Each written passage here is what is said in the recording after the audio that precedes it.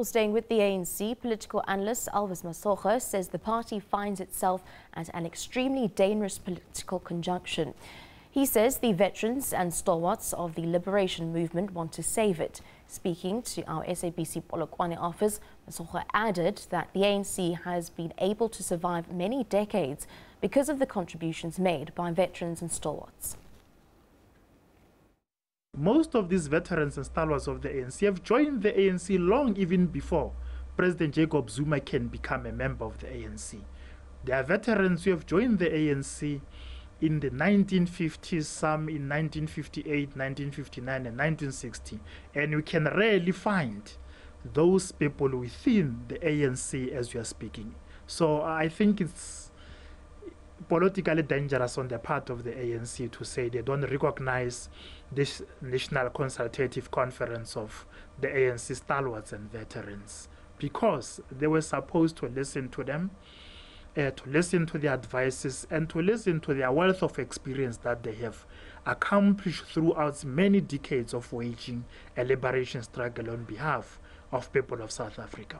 The ANC's decision, in particular Lithuli House, this decision to distance itself from this, ANC stalwarts and veterans conference, to me that decision is very foolish and very idiotic, because how can a child or a grandchild distance himself or herself from your own grandparents?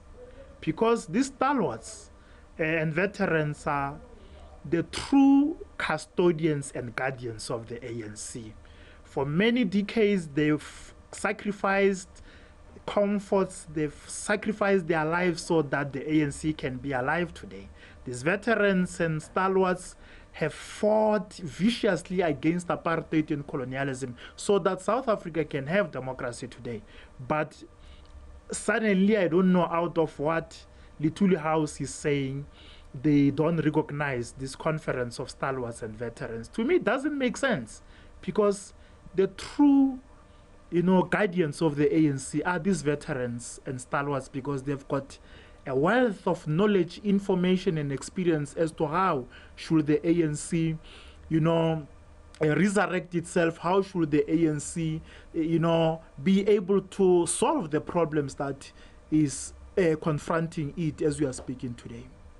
Okay, the conference comes weeks before the ANC elective conference, and the stalwarts are saying that it is meant to unite the party. Do you think the ANC is making a mistake in ignoring the stalwarts? And what does it say about the unity of the ANC itself? I think there's something that must be, corrected and be made very clear here. It is not necessarily in a general context. It is not necessarily the ANC leadership that is refusing to recognize this conference of stalwarts and veterans. It is in particular the Zuma faction that is instrumental in the ANC national leadership that is preventing the stalwarts and veterans from, having a say in how should the ANC, direct itself. Because if you listen to many leaders and cadres of the ANC from branch level, regional level, provincial level, you can sense that indeed they are embracing this intervention by veterans and stalwarts, because they are saying, these are our grandparents, these are our revolutionaries.